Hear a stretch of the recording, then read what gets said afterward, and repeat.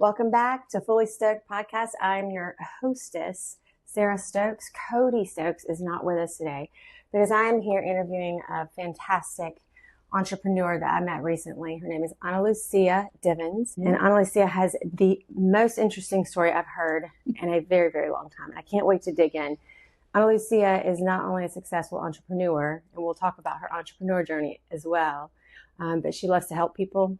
And I just can't wait to get into why, what brought her to this business journey, this entrepreneur journey. And it's absolutely fascinating. Get your tissues out. I'm not joking. This one is very special. They're all special, but this one we met at Paris Baguette in Waverly, and we just started talking, and I mean the tears started flying out of my eyes. So it's good though. It's a really good story. Or doesn't end yet, but it's still going and it's beautiful. It's absolutely spectacular. Ana Lucia, first of all, tell us who you are. So you're Ana Lucia. Tell us what your business is and how people can find you if they're interested in your services. Very good. Yes, I am Ana Lucia Divins. I am a therapeutic singer and a sound therapist. And the name of my business is Azul Healing, like the color blue in Spanish, Azul Healing. What I offer is an opportunity for people to lean into the power of sound and music, to find a moment of peace, of relaxation, of inner connection, and also to continue that process of inner healing, which we are all on this path together. That's true. Yes. So I met Ana Lucia at the South Charlotte Women in Business networking group. It meets in Waxhaw, which is South Charlotte, at Jabina Cafe, the third Wednesday of every month at 9 a.m. If you're a woman and you're in business or want to be in business, you're welcome to come out there and meet Ana Lucia and everyone else who comes. There's usually a core of about 10 to 20 women who come. And Ana Lucia told us a little bit about herself then. I actually had another event coming up in Asheville, and she reached out to me and said, hey, I'd like to sponsor. And so that's how we've gotten to know each other. We had coffee recently, and now I feel like we're old friends, like we've been friends for ages. So she's very personable and easy to connect with. I highly recommend connecting with Ana Lucia, either through her sound healing or just personally. So what brought you to, so you're a therapeutic singer, and what was the second? Sound therapist. Sound therapist. Okay, so tell me, first of all, what is a therapeutic singer and sound therapist? What does that mean? So I have been singing since I can remember. I have been singing, I think I was singing before I was speaking. That's a true statement. And throughout years of performing in community, which I still do, I still perform in community, but it was very clear that music has a power that goes beyond entertainment. And I became very curious about it. First, using it as a tool for my own self-healing process, but then also to explore what else it was possible through my voice and through my singing. And so I took a first certification with the Music for Healing and Transition program, which allowed me to sing by the bedside of patients. So that's being a therapeutic singer is basically being able to sing and share music, specifically my voice, that's what I am certified on, to support people's processes, either by the bedside, for relaxation, for just a moment of connection, of peace, or in groups as well, to just provide a moment of reducing anxiety, reducing stress. And we all know that we need this at some point. So that's that. Then I continue my journey of learning more of, again, is curiosity, is just going deeper into what else is possible. And I discover this way of how not only is very beneficial to receive the sound and the music in a relaxing way, but also it is very beneficial to be able to activate and use your own voice in order to connect with whatever it is that you are connecting with and processing and then moving it through. So that's the sound therapist component of it. So I have a question. So my daughter, 17 years old, is a singer, and I mean, she sings all the time. And especially when things get stressful for her, she hums and she sings. So now I know it is therapeutic.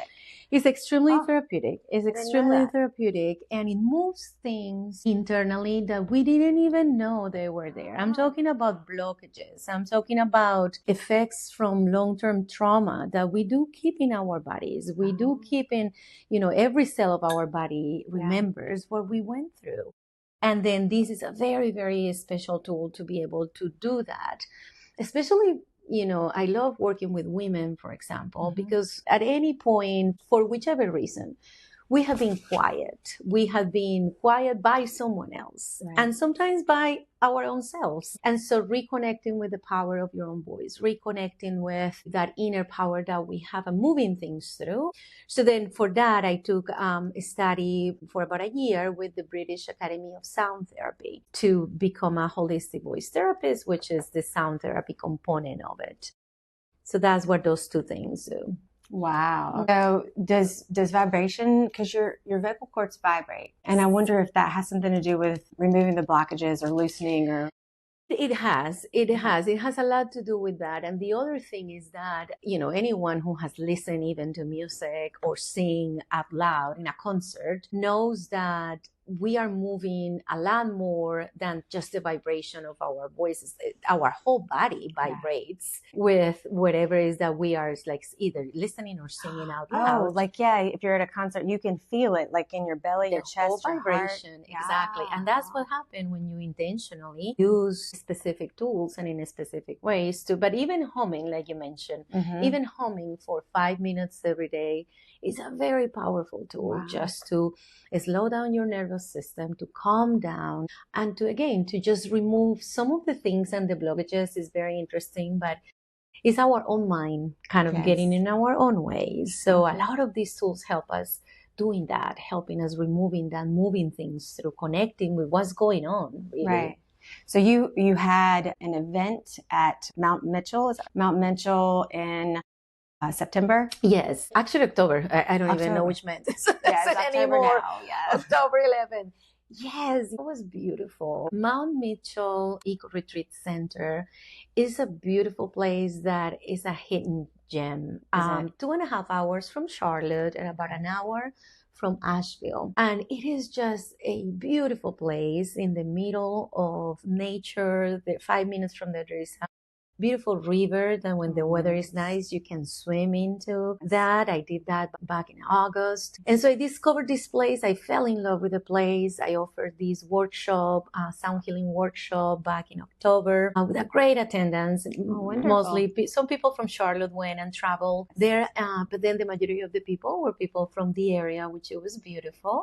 And then I'll be back there in March. Okay. I'll be back there on March 20th for a weekend. I'm going to be offering a weekend retreat where people will be able to explore all these things we just talked about for themselves. I'm going to have my music partner coming with me. So we'll be sharing live music by the fireplace. We have a really good friend of mine who leads and teaches this specific kind of movement, Kayut Yoga, which is a very therapeutic kind of movement that helps you connecting with your nervous system and slowing down.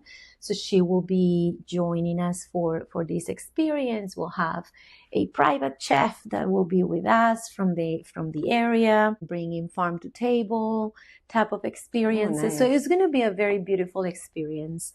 And I am so grateful that I have been able to experience this place. I think the location makes a huge difference, and it's just beautiful. So it's near Asheville. It's near, It's about, all of our friends in Asheville.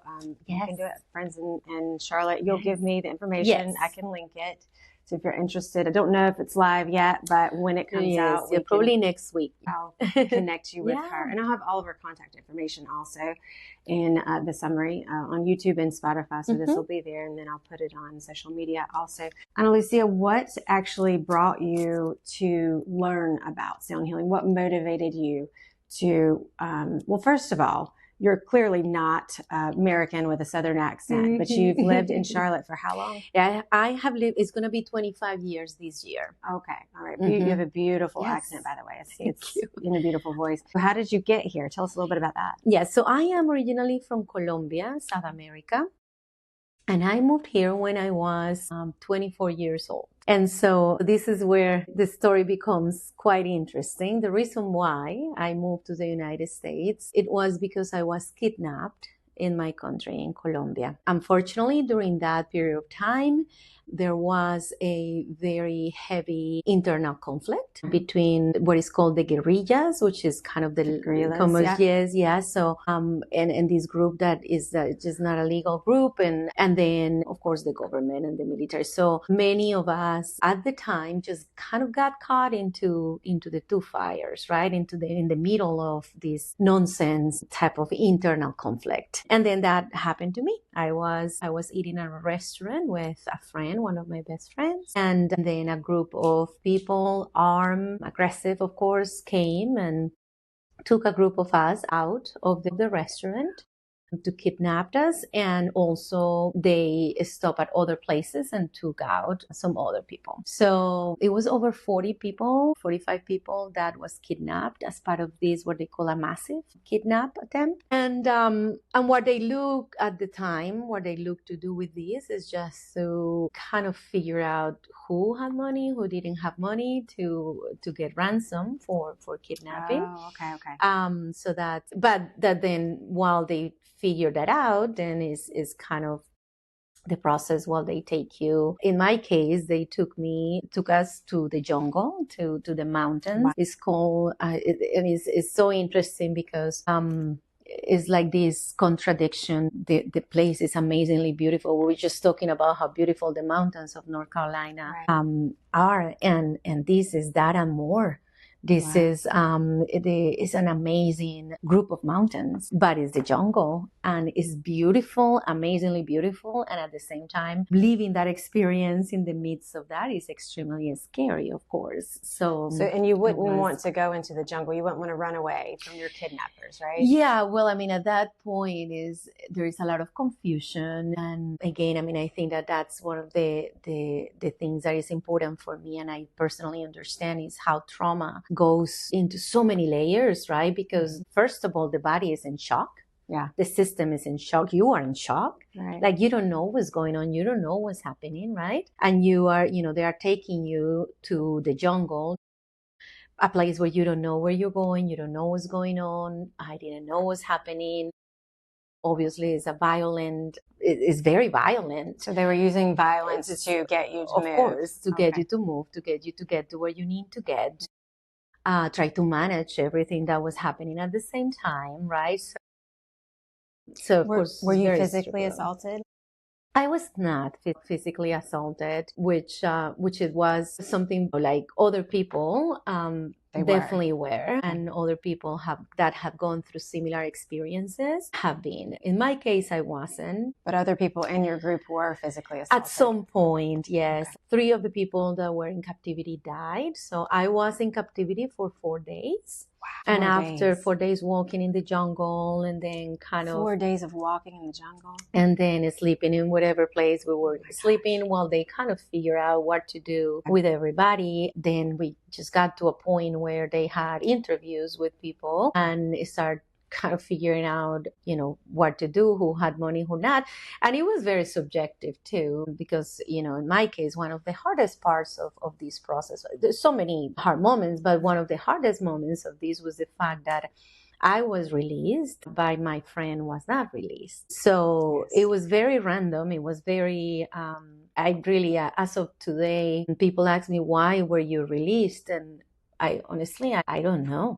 Like, I could have been in the jungle, kidnapped for another 40 days, which it was happened. That's what happened with the other people. 40 days. Or I could have died like the other people who died in captivity, right? So all of these moments just were really, tough moments. So they were perhaps looking for people who had money they could get a ransom from. And you were telling me that you lived with your mother. Yes, exactly. She didn't have any money. I just graduated from college, from industrial engineering. I was working in a bank, which it could have been a reason why they could have kept me and getting. I never knew. But you still didn't have. But access. I didn't have access to money. The opposite, right? I was like, I've always been like, was a provider for my mom, and it was very weird to me to think about that I was even there. And then again, I always say that there are so many layers to this. And one of the layers of this was the realization that this was Colombians, right, in conflict with other Colombians. And then, I mean, just humans, right, fighting. We were divided into smaller groups, and then each small group had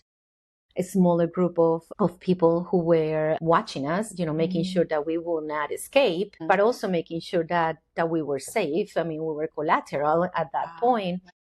And these people, at least the people that were assigned, like two or three, very young, 2 men, 1 woman, very young. And these were people that they didn't want to be there either.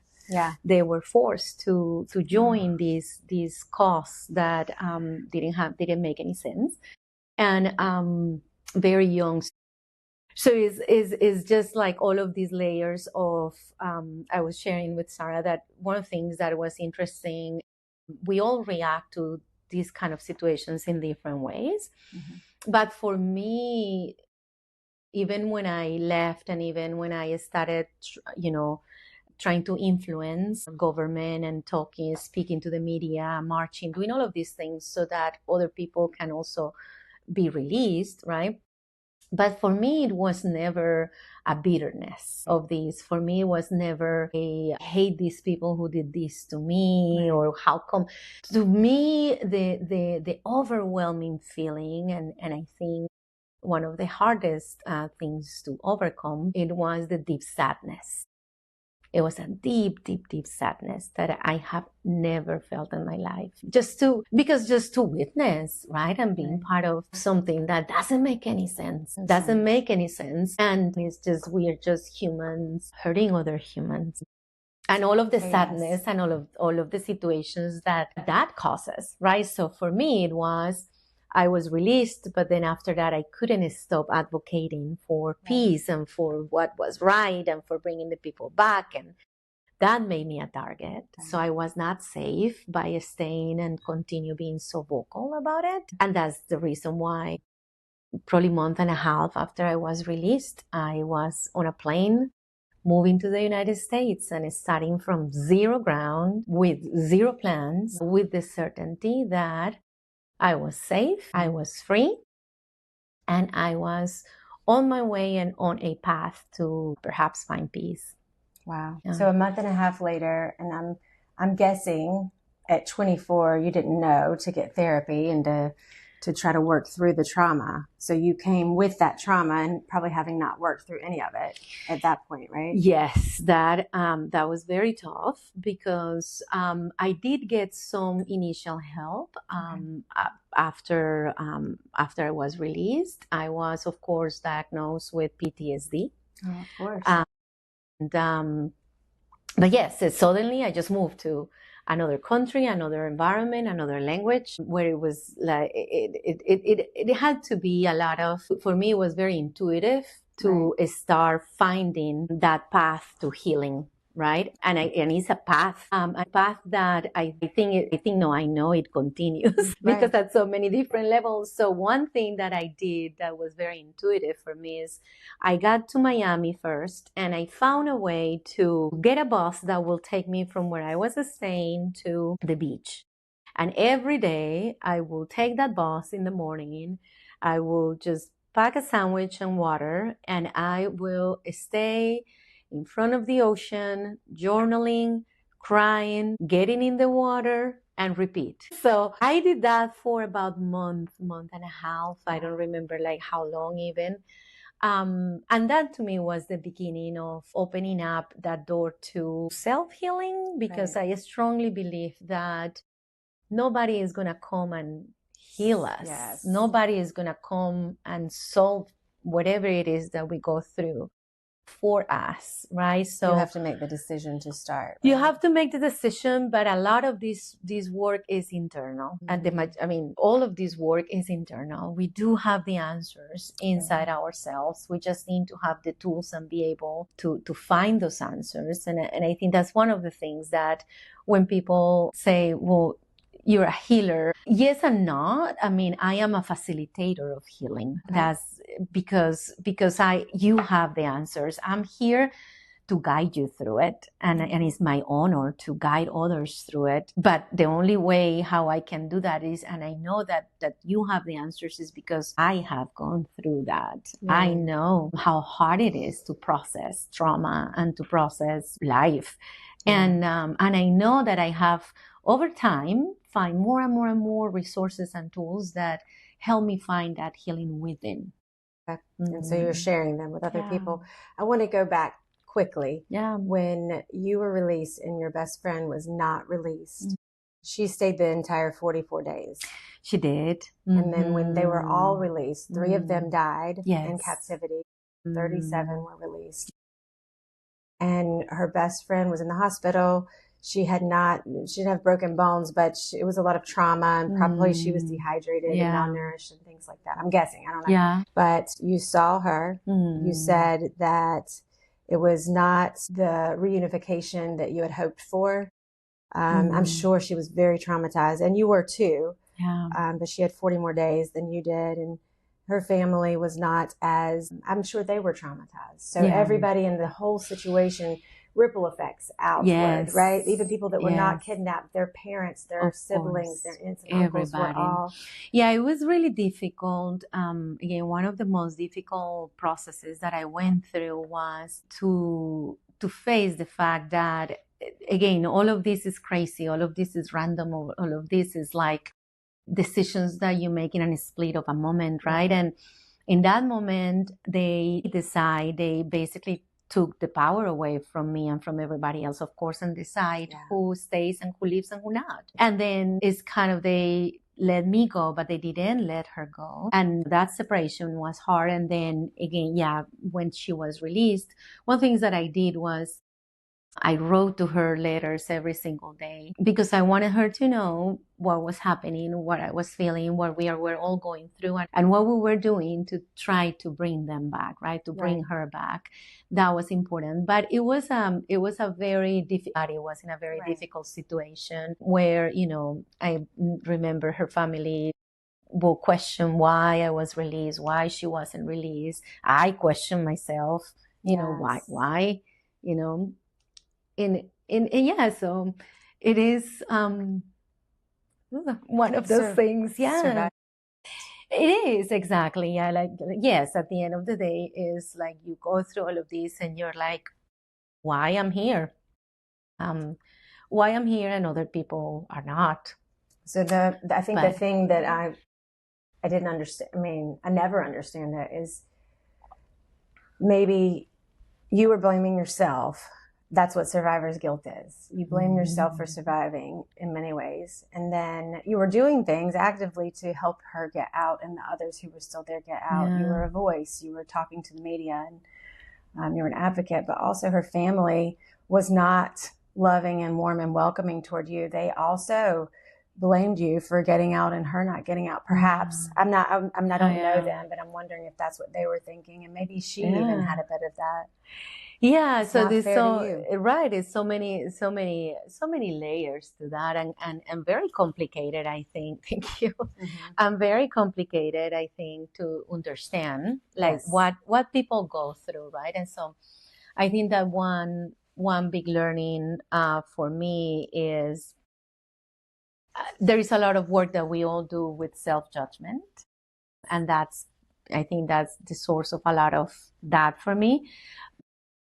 But also they try to understand the other people's perspective, even when it's hard to understand, so that we don't play a victim card here for any of these, right? It's like, it's not like, oh, poor me, and they thought I was like, it is not. It's just really, we were all hurt, and we all went through a very traumatic experience. So again, at the end of the day, for me, the learnings of these, there were so many, but I think that some of those is taking responsibility and ownership for my healing and for my hurt. That's all you can do. You can't defend yourself. That's exactly right. That's at the end of the day, all I could do. And then the other part that is just the reason why I live like I live, the reason why I do work that is in alignment with what I'm here to do and offer, is that life is so fragile. And that reminder, so raw, that life can end at any moment. At any moment is no guarantee. And so what am I doing with the life I have been given, with this gift? Right. That every morning I wake up and I have a full day in front of me, that I am alive. And so to me, that's one of the biggest learnings. And sometimes I forget. Sometimes we all forget. Right. And I have to go back. I have that as an anchor in my life, where I have to go back and remember that life is so precious, that at any moment it can disappear.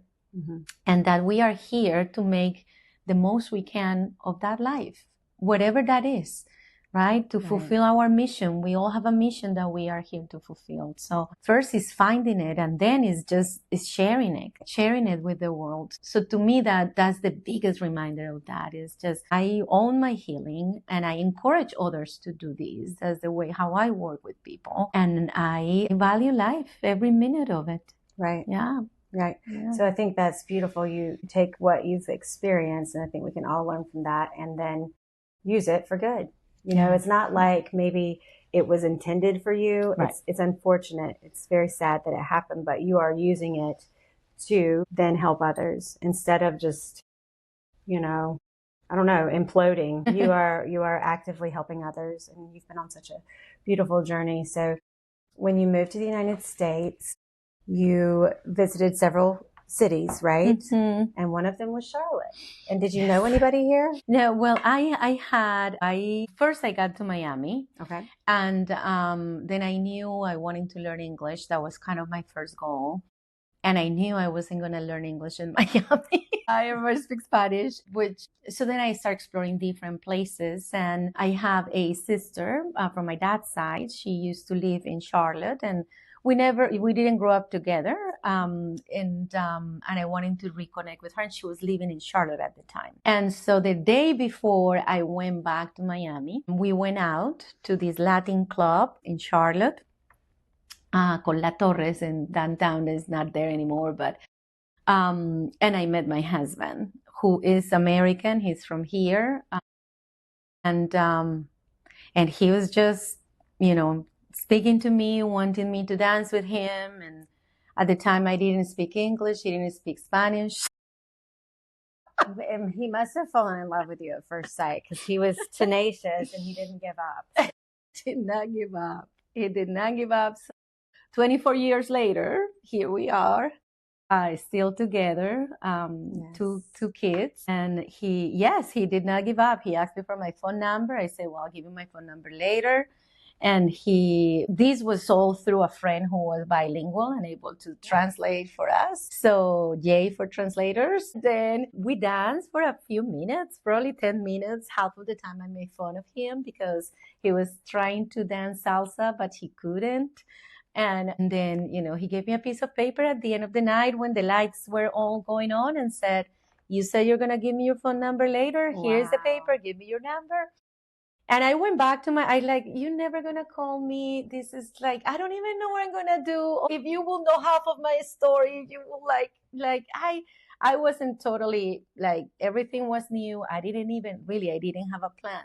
So it was funny to me that he was so persistent. So I'm he's so funny. And anyway, he called finally. Nobody spoke English. Nobody spoke English when he called to where I was staying in my aunt's place. Nobody in the house spoke English. So he called back once again with a translator. Yay, who was able to communicate what he wanted to communicate, which was that he wanted to find me. And then my aunt took all of his contact information. And at the time I moved to LA. I was again, I didn't even know what I was going to do. So just trying different places, different things. I was in LA and I got a phone call from my aunt and say, hey, who is Brad Divins? And I'm how do you know that name? So I'm it's this funny guy, super persistent, a gringo who I met in Charlotte. And she's well, he called you. Oh, wow. And then he called you with a translator. I was like, oh my gosh. So anyway, we started dating on the phone. At that point, I will speak more English. I knew because of college, in university, they taught us how to read and write for research purposes. So that was not a problem for me in English. So you could write. I write and read, okay. yes, like perfectly. So we communicated through letters, through emails, and then through, whatever we were able to communicate via speaking. So I remember as of today, he doesn't speak any Spanish. And I just, we all give him a hard time because my kids are bilingual too. And then we all give him a hard time about it. But it was funny because he will do things like, he will say, for example, in English, last night I went out with my friends and we did this and we did that, and I wouldn't understand like half of it. And he will say, cervezas. Like he will say one more, like beer, like, cervezas. I'm like, oh, okay.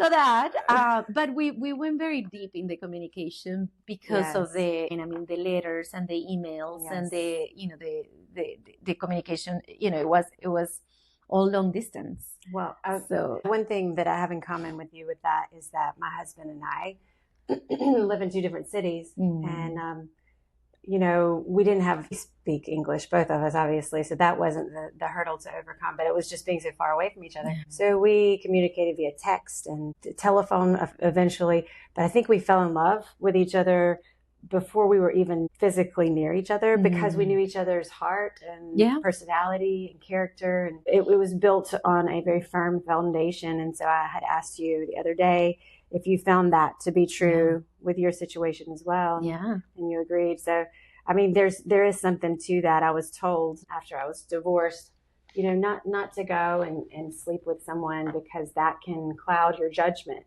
You think you're connected to them and you're not. And so fortunately for both of us, I think, in my opinion, God orchestrated my relationship with my husband so that we fell in love with each other prior to even going on a date. Yes. It's very strong when you get to know someone and you can't see them or touch them. So that resonates with me. But what a beautiful story. There was something I wanted to ask you about, going back to Colombia and being kidnapped.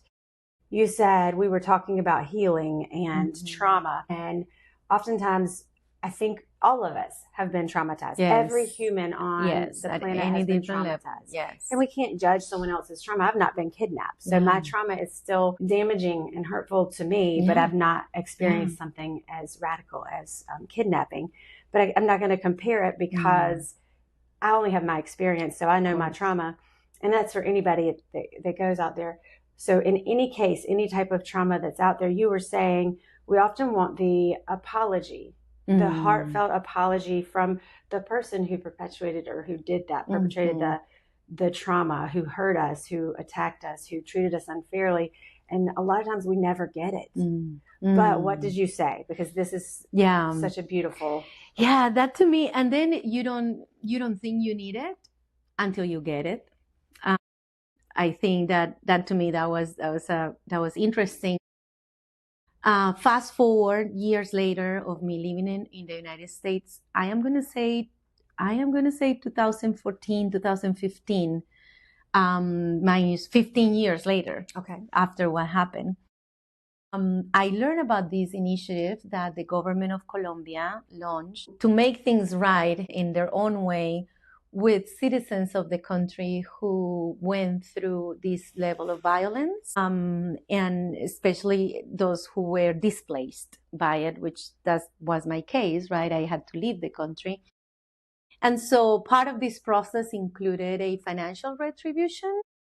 But I think the most meaningful part of this process to me is that as part of that, they wrote a letter to me. The government of Colombia wrote a letter to me that asked for my forgiveness, that they hoped I can forgive the fact that as a government, their role was to protect me, and they didn't, and they failed. And that what I went through is something that nobody should have ever gone through, and that they hope I could find forgiveness and return at some point to return, go home, right? So to me that speaks a lot about that. On once again, a lot of the work and all this work is internal. All this work is internal for whichever big trauma, small trauma, things that happen to you, whatever it is internal. But how powerful it is when you feel seen. Yes. Yeah, you feel that's what it is. You feel seen for your pain. Yes. So that was very powerful. Yeah. So even though it wasn't the kidnappers who apologized for what they did, the government owned their part. Yeah. And I think that just blew me away. Someone in the government wrote that letter. You have to think someone's heart was overflowing for you. Yeah. So that was, and then did you go back to visit after that or before that? Before. It was before that. So I got married. Of course, this guy was so persistent. He never gave up. He still doesn't give up. What a great man. I've never met your husband. Yeah, you have to. I bet he's a wonderful fellow. He's an amazing man. He's an amazing man. And we created something very beautiful together, which was something else, right? Like, it's hard to think sometimes that after we go through very, very, very hard times, like what happened to me, it's hard to think that there is something after that. Yeah. It's hard, something so beautiful and so fulfilling and so life-changing, right? Like, marrying him and having kids and having a life together and starting over and whatever, right? So he was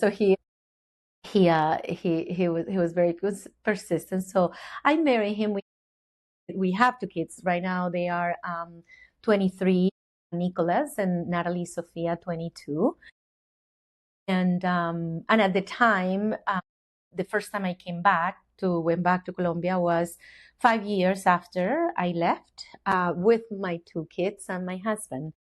And it was hard. It was very difficult to return to a place where you have faced so much trauma. It was difficult. There was a lot of things and fear that I still had to overcome. But it was also very beautiful because my parents haven't met my kids or my husband. Yeah. So it was my grandmother, that was like the most beautiful thing. And my grandmother, I was raised Catholic, but I don't practice, kind of move away from it, expand it, I say. But my grandmother wanted our kids to be baptized.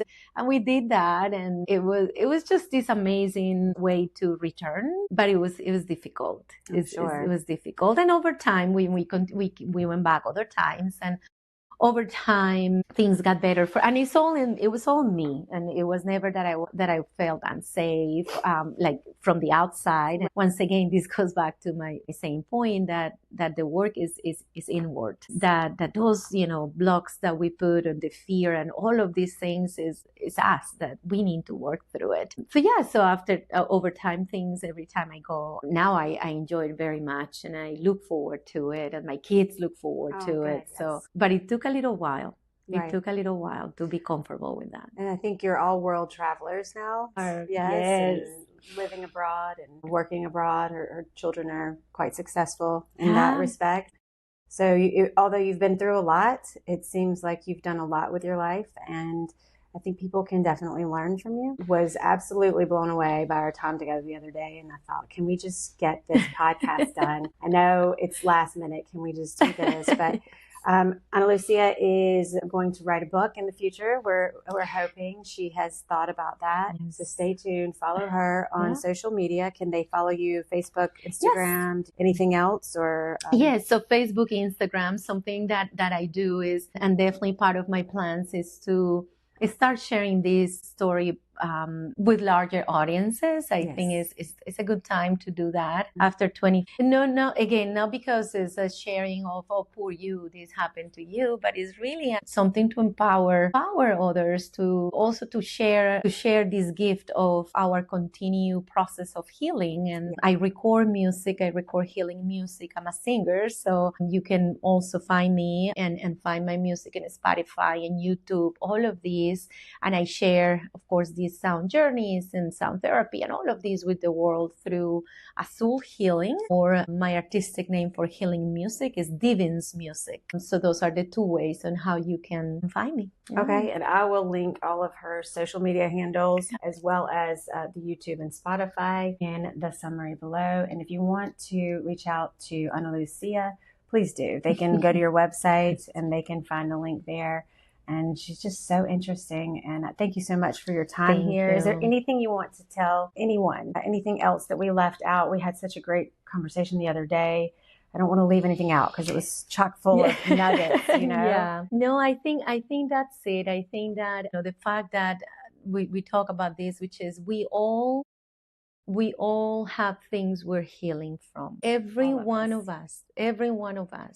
So you're not alone. We're not alone. We're on this together. And I think the more we realize this, the faster we can heal, the faster we can move forward. And this is an inner work, but at the same time, we heal in community.